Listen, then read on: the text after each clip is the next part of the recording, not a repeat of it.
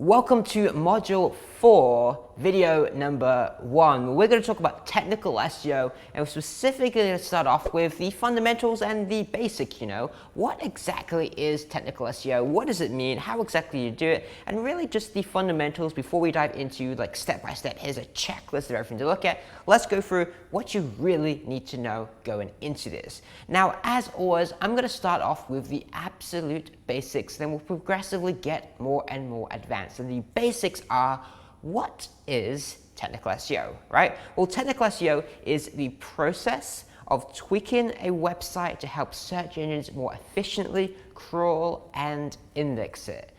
What the heck does that mean? Let me explain, okay? Remember back to video number 1 in this entire course, and we introduced this little idea of a spider, right? Googlebot that crawls the web and finds different pages and everything like that. And one of the ways Google find and crawl web pages is via these links. It is just one way. There are other ways as well, but basically they would follow these links and pick up all the pages, and then eventually they can index that in their search engine.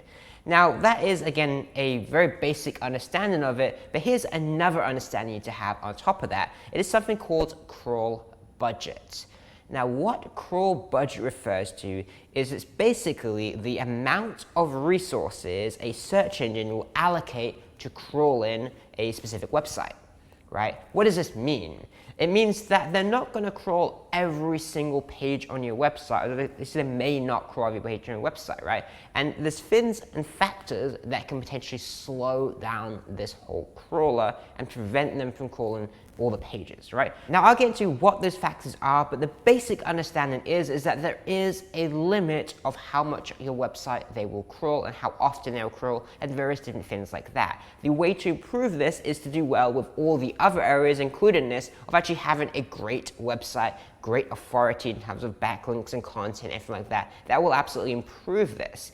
But the other thing to consider is, of course, there is still those limitations, and you want to do the best you can with the crawl budget that you have, and that's essentially what technical SEO is. Now, if you followed my instructions in the previous videos again, and you set up Google Search Console, you can actually check how often and how much Google is crawling your website. Let me open it up and show you how that looks. So what you're looking at right here is the crawl stats for one of our clients' websites. You can see here, they're crawling anywhere from like a few thousand times a day, so 2,000 here. It really spikes up here in this one day to 16,567. Then it drops down to like 5,000, 9,000, kind of drops in. Here it seems to be relatively consistent. Now, what does this mean? Look, if you have no idea what any of this means, then here's the absolute 101 basics of what you should know, okay?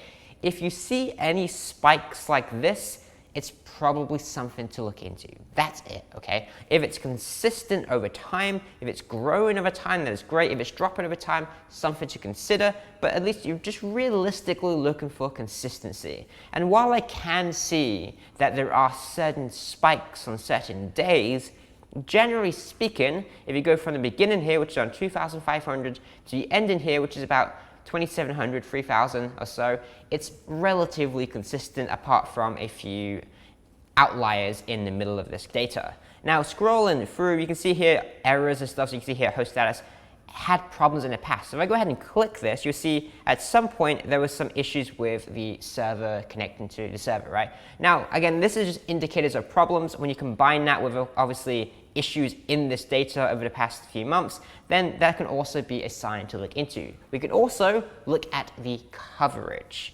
right? So we can go into the coverage here and you can see if there's any errors, if there's any valid with warnings, and obviously a number of valid. And we can also scroll through these and see, okay, here's the warning, all right? So there's pages that are indexed, but they're blocked from Robots.txt, right? Or there's some errors here. In this case, there's none. But you can see here, like, submitted URL seems to be a 404 and different things like that. So Google Search Console is a very, very powerful tool for understanding really how Google are crawling your website, and then why that is the case, and identifying is there issues with like 404 pages or pages being blocked by robots and things like that, which we're going to get into in this video. I just want to explain roughly what Google Search Console can be used for, and really just a very, very beginner level introduction to looking at this data, which is basically just looking at it from a consistency standpoint. There's no wrong or right amount, though you certainly want to consider if it's really, really low and you have a big site, there's probably an issue, but generally speaking, you're just looking for consistency. In this case, this client has thousands of pages, so while you're seeing this 5,000 crawl requests in a day, your site may have significantly less if it's a much smaller site,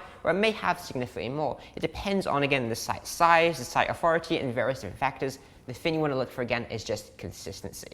Now, with that in mind, going back to the topic of crawl budget, as you can see here, there's a pretty consistent amount that they're crawling our website. And the problem can be if they're not allocating enough resources to crawl the entire website, which is probably not going to happen every time anyway, then what's going to happen is pages are going to get missed out.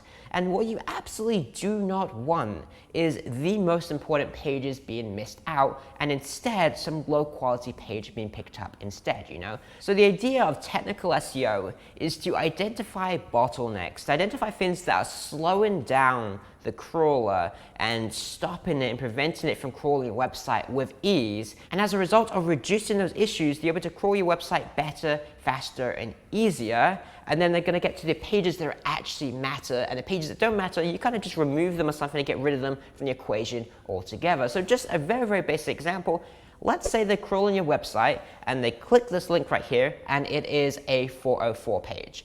Well, what happens here? Well, presuming, just for example's sake, that this third page here has 0 links pointing to other than from this page, which is now deleted or missing, well, this page is now called an orphan page, and it's going to be extremely difficult to find because there's no links pointing to it. So anything like this where you're stopping or slowing down that crawler because they send it to a broken link or a page can't be found or anything like that, that is going to impact the crawling and the technical SEO of your website. Right? That's really all it is in a nutshell, trying to make this nice and simple. Now, a few potential crawl issues that you can look into that can, again, slow down the crawler, cause the issues, and really just waste the crawl budget that you have. And again, you waste crawl budget by not having an efficient website from a technical SEO perspective. So these are things like orphan pages. As I mentioned previously, it's a page that has no links pointed into it because that's one of the ways crawlers will access pages, right? You have slow loading.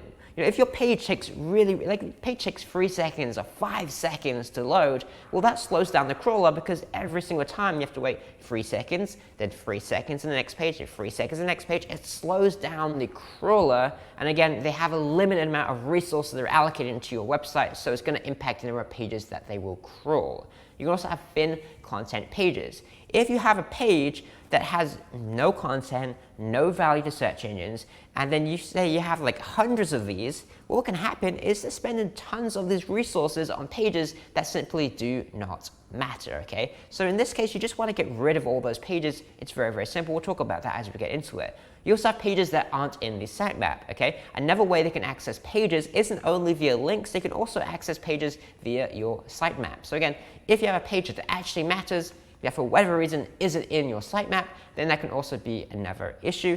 You also have high page depth. We talked about this in the internal linking video, which is high page depth is you have to click a link here. So you have page A, which links to page B, which links to page C, which links to page D, which links to page E, right? And that's the only way you can get to page E is by going through all these other links. But what happens is to get to this page, again, you have to go through 1, 2, 3, 4, like you have to go all the way through all these links. They can't just go from page 1 to page E, right? Page A to page E, or page B to page E. They have to go through tons of steps in the meantime, which just wastes, again, time, makes it much more unlikely that they're going to pick up this page. So it's another issue. You also have broken links mentioned previously. If a link goes to a page that isn't there, it doesn't exist, then that's an issue. Likewise with 404 pages. You open up a page that doesn't exist, again, that's just wasting time and resources. Redirect change, so a page A redirects to page B, which redirects to page C. Why not just redirect page A to C? Right? Don't have B in the meantime, because again, it's an additional page where there's no use actually crawling that, right? And there's also broken redirects, so page A redirects to page B, but then page B doesn't exist.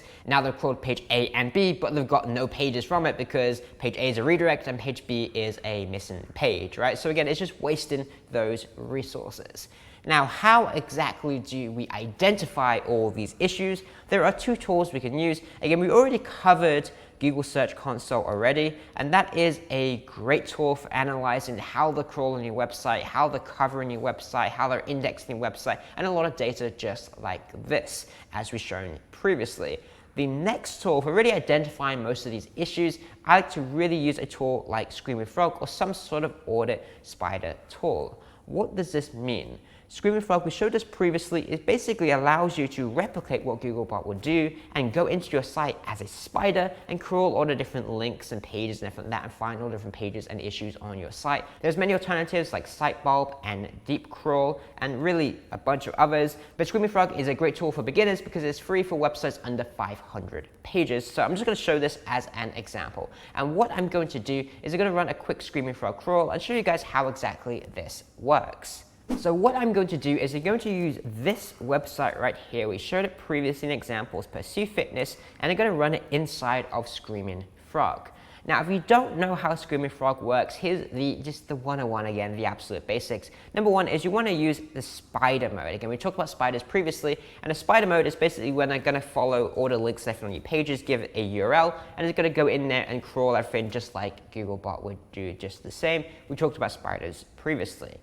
You also have additional options here if you want to go into them, so configuration and then spider, and you can go ahead and modify things like this, like do you want to store pagination or do you just want to crawl it, do you want to crawl Hreflang and AMP and everything like that.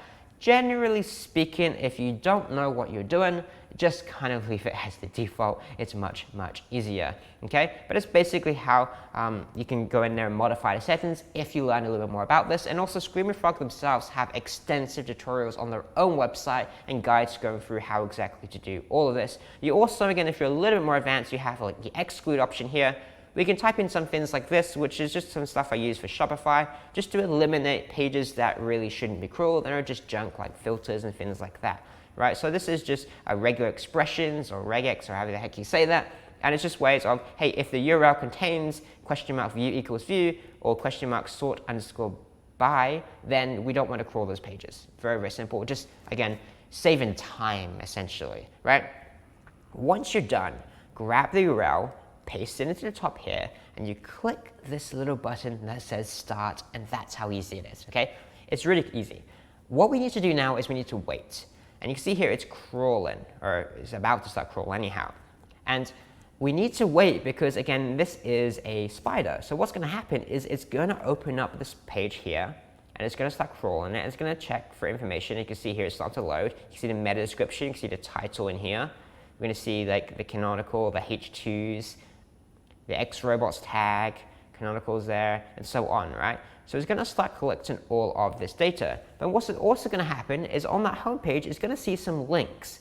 And as you can see here based on the depth, it's going to see a link to women's seamless underwear and men's classic collection and men's essentials. And then it's going to open up those links. Again, as a spider works, we talked about this previously.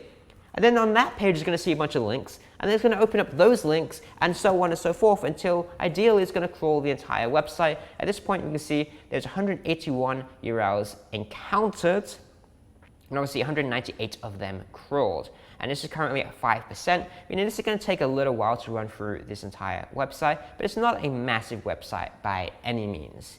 Now, going back to the presentation, let me continue. So if you remember back, I mentioned a few potential crawl issues that you want to look out for, being orphan pages, slow loading pages, thin pages, not in the sitemap, high page depth, broken links, 404 pages, redirect chains, and broken redirects. Well, all of this can be identified besides the sitemap thin, but you probably can do that with extra settings inside of Screaming Frog. So again, we open up Screaming Frog right now. This data is not fully completed.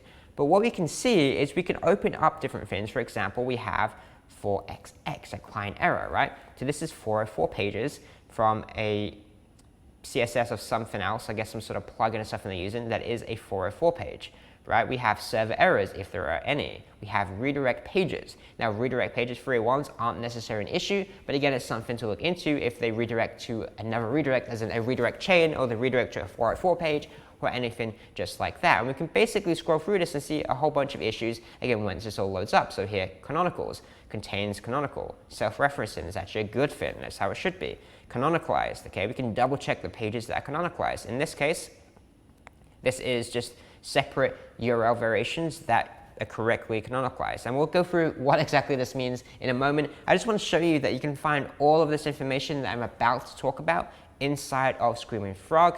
You can find pages that are no index, again there is currently none, that are no follow, and so on. So as we get into this, again, anytime you can look back at Screaming Frog and everything I'm going to talk about is going to be able to be identified within this tool. For example, we have Hreflang, so miss and return links, unlinked Hreflang URLs. We're going to get into a full checklist of what all this means afterwards. I just want to explain that all of this is in here. And now what I want to go through in this next section is really how exactly you resolve a lot of these common issues that are going to come up, especially the ones we just talked about.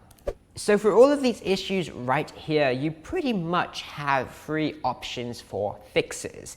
The first option is your basic fix. For example, if it's a thin content page, just delete the page, right? And you can redirect it, sure, but you can just delete the page. It doesn't need to exist.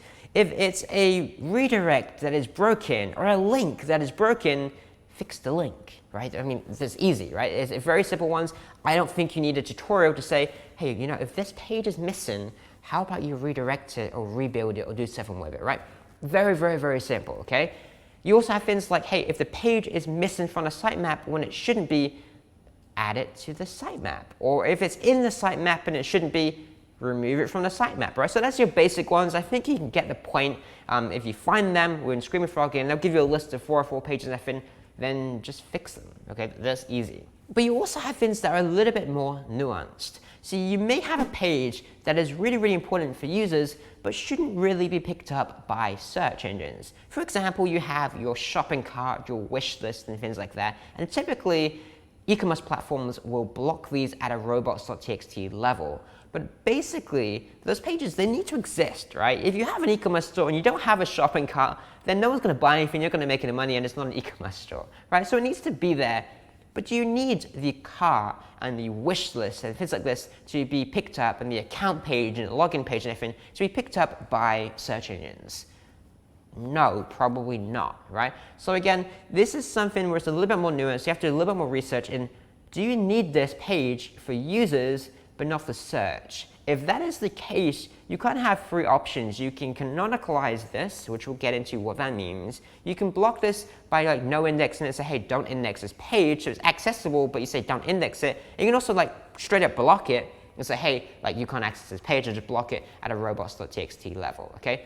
All of these options are great. It really depends on what you want to do. And I'm going to go through examples of what they are and how to do them. But this is basically where you have a page, you want it to exist, but it has no value to search engines, essentially. You also have things that you go through and you know what, this actually is important, not only to users, but also to search engines. And then you just do, again, kind of the obvious thing where you improve it, right? So you don't need to block or anything. If it's thin content, but your page is important, then don't block it, don't delete the page, just add more content to it and add some internal links if that's the issue, if it's a high depth, and just fix the issue, right? Again, this one is very, very basic. The nuanced one is, what if the page needs to exist, but you don't want it there for SEO purposes? Well, that is what really I want to cover in this video, because that is really what the bulk of fixing crawl budget issues and technical SEO issues is. So let's start off with the first one here. I mentioned canonicalize, right? What is canonicalize in something? Well, it starts with a canonical tag. A canonical tag is, like you're looking at right here, is link rel equals canonical, ref equals a URL. How exactly is this used? A canonical tag essentially tells search engines or robots where the original copy of this page is. Now, it could be the page you're already on. That's fine. That's what we called self-referencing canonical tags in Screaming Frog previously. But it could also be another page. So let me give you some examples. This is something that Shopify do commonly. When you access a product inside of Shopify, they automatically append the collection name to the URL. So you can see here on the left, I access the page and it was /collections, /shop men's, /products, /core seamless t-shirt blue. The problem with this is it's not actually the correct URL. The correct URL is just /product /the product name. Well, what Shopify do to kind of overcome this being an issue, which isn't perfect, but it's okay, is that they add a canonical tag. So when you're on this first page here, which is /collections /shop men's, blah, blah, blah, blah, right? When you're on this page, they add a little canonical tag like the code shown previously that points to this second page here. What it does is it removes the duplicate content issue because now search engines know that, hey, these two are the exact same page. The second one here is just an additional URL for accessing the second page. Okay, it's the same thing, right? So that's one use of canonical tags. Another use could be something like this, where you have a look at a blog sometimes and they'll add parameters and things like that to your URL. So this one is just like simple like UTM parameters, and you can see here we're passing the source of where the traffic came from. Now, if you don't have canonical tags set up, then this could technically, in a way, be picked up as a separate web page. Again, search engines are pretty smart. It's probably not going to happen, but again, it can, in a way, happen. So a way of alleviating that issue is by having a self-referencing canonical tag that points directly just to the actual correct URL. So any variations, if they add some parameters to the end, if they miss the slash at the end of the URL, anything like that is automatically alleviated as an issue because there's a canonical tag that just points all of those variations into one single page.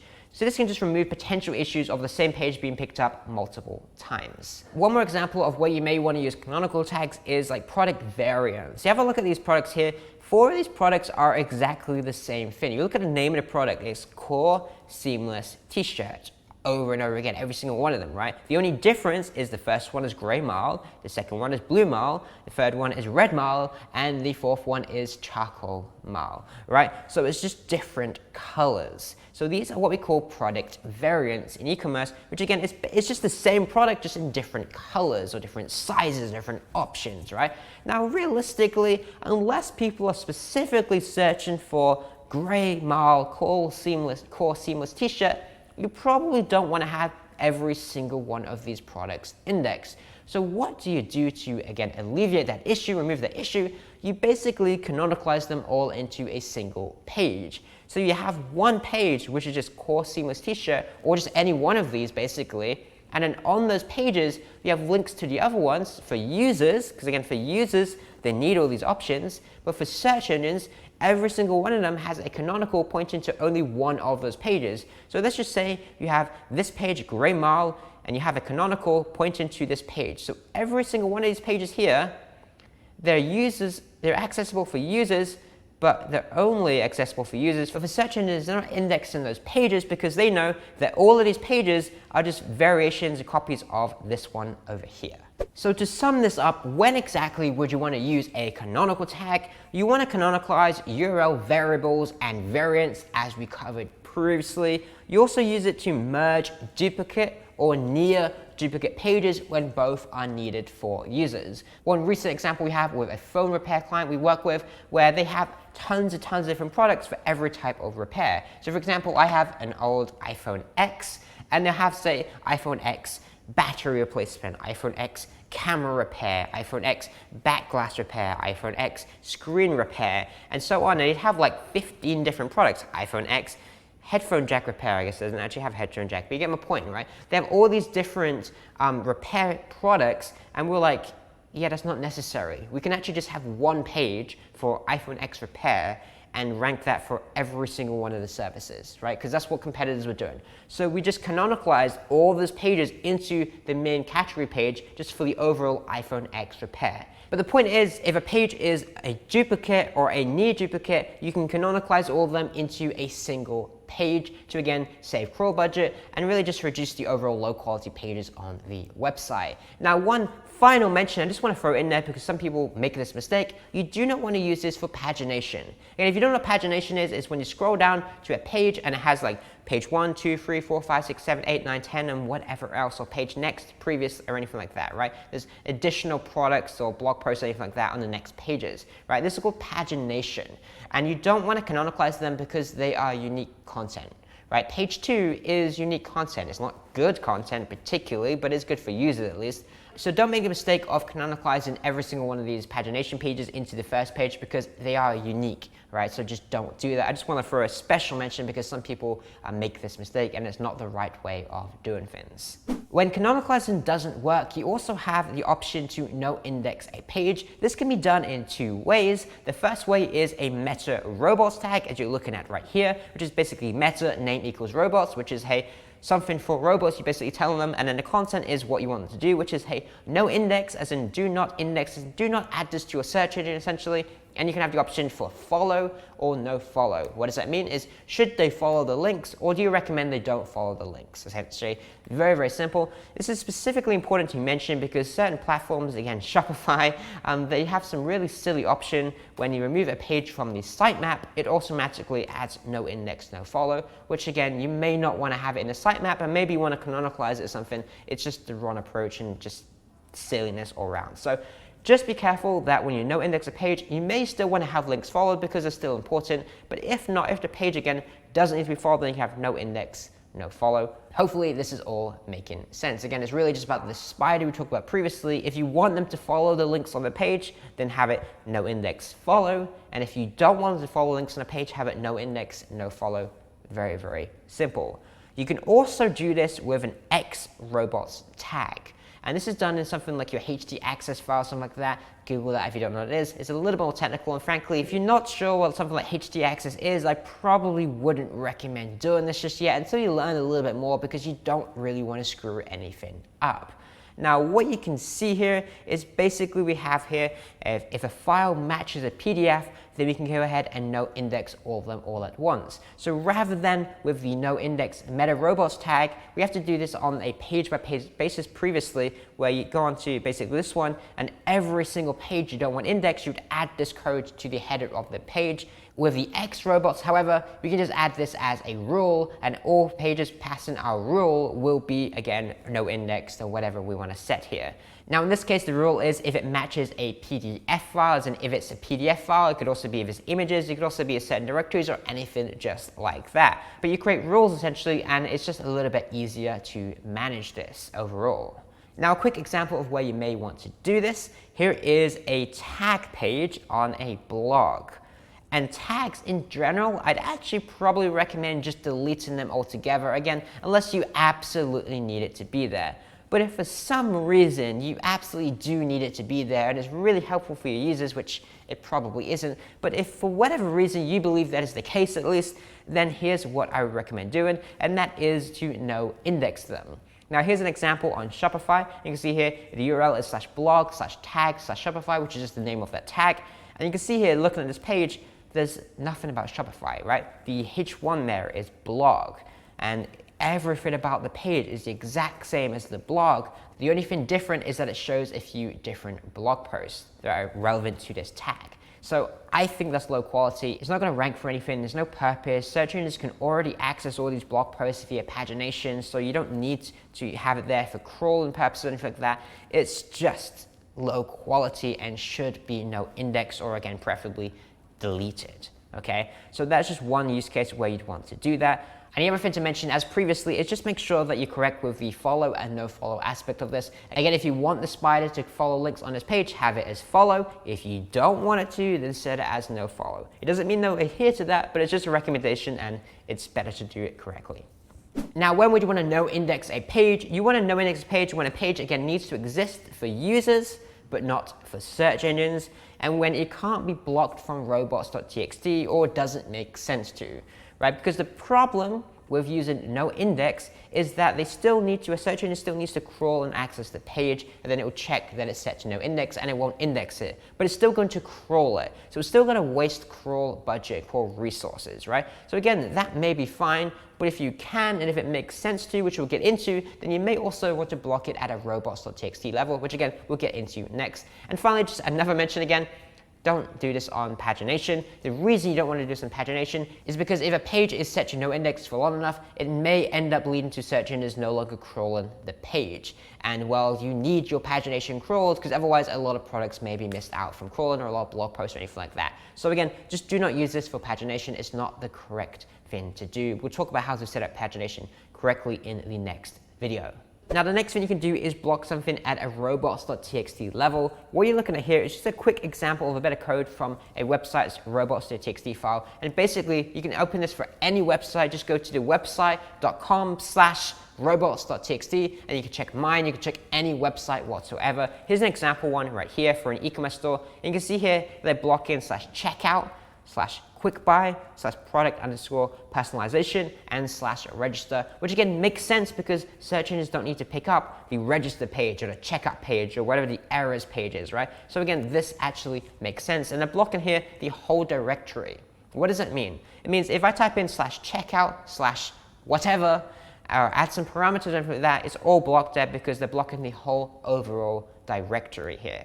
Now, one thing to consider here is that you can have a page blocked and not crawled, but still known. We talked about this previously in the first video. My editor can try and find that quick diagram where you have like known pages and then crawled pages and then indexed pages, right? Well, here you can have a page, an example here, where they know the page exists, so they still add it to the search engine because maybe they think it makes sense for users in Google search, but they don't crawl it because they can't because it's blocked, right? So you can see here the description says a description for this result is not available because of the site's Robots.txt. If you see that, it means it's blocked by Robots.txt, but they still think that it's important to add to their search engine, and sometimes that'll just happen, okay? Again, this is more so recommending what you want to happen. It doesn't mean Google will do it exactly as you wish.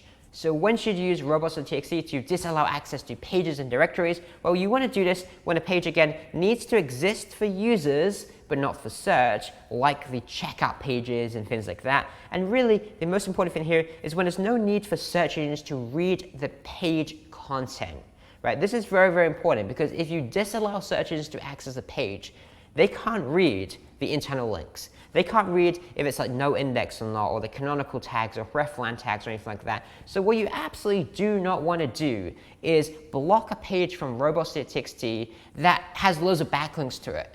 Because if it has loads of backlinks to it, it has a lot of authority, well, all of the benefits on that page, like the internal links pointing out to it and things like that, are not going to get picked up because search engines can't read them because you blocked them from accessing it. Okay, so if a page is really, really important and it has backlinks, things like that, and it has different things on it like links and everything like that, you probably want to do NoIndex rather than blocking it at Robots.txt. But if a page has zero benefit to search engines but has benefit to users, then a great option again is to block it at Robots.txt level. And again, the benefit of this is that you're not wasting crawl budget because they won't crawl the page whatsoever. You know, if you have a canonical tag or you have a NoIndex tag, they're still going to crawl the page, right? So you're going to crawl the page and they're going to see it's canonicalized to another URL, then they crawl the other page. If it's NoIndex, they'll crawl the page, see it's NoIndex, and don't add it to your index. But they still crawl it. With Robots.txt disallowing rules, then they will not crawl the page whatsoever, which can prioritize that crawl budget going to the pages that actually matter.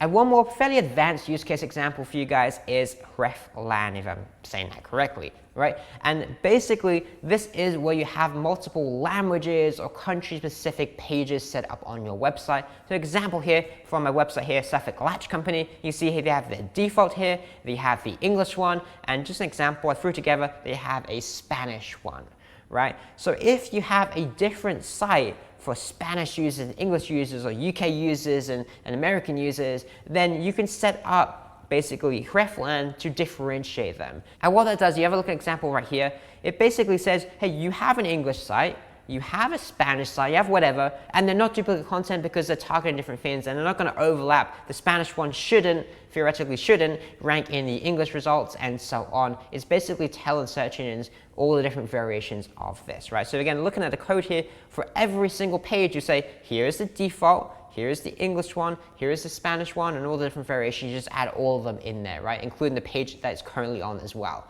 That basically just tells search engines how to treat all these different pages so they're not being regarded as duplicate content or just confusing or anything like that. It just makes it very, very clear for search engines how it all works. Now, the point of all of this, realistically, if you just want to dumb down technical SEO, the main goal is to reduce low quality pages. That is it, right? We want to make the best use of the crawl budget that we have. And we do that by reducing the number of low quality pages. And again, what does low quality mean? It doesn't mean that it doesn't look cool. It doesn't mean that it's not helpful. It just means that it's not useful to search engines and users of search engines. That's really all there is to it. So what we covered in this video is really an understanding of what this is and how exactly you fix that, which is basically you block the page with Robots.txt, you canonicalize the page with a canonical tag, you NoIndex page with meta robots or X robots, or you can use Hreflang if it's a language specific or country specific issue. That's kind of resolving the more nuanced issues where you have to kind of decide how exactly to reduce these pages if needed. What I want to do in the next video is really go through a more detailed checklist of various common technical SEO issues that you're going to find that come up often, and really just run through how exactly you resolve them in general. But again, it's going to basically be, hey, canonicalize this, NoIndex this, or something like that. But I just want to run through kind of what that checklist is. But now you understand what I mean by canonicalizing and NoIndexing and things like that, then you can really understand the checklist much better. So that's it for this video. I hope you enjoyed this. If you did, please do me a favor. Give the like button below a little tap, just so I know that you guys like it and just so YouTube recommends this to more people. And aside from that, subscribe, hit the notification bell. The next video is going to be coming out very, very soon where we'll go through that whole checklist. And that's it for now. I'll see you in the next video.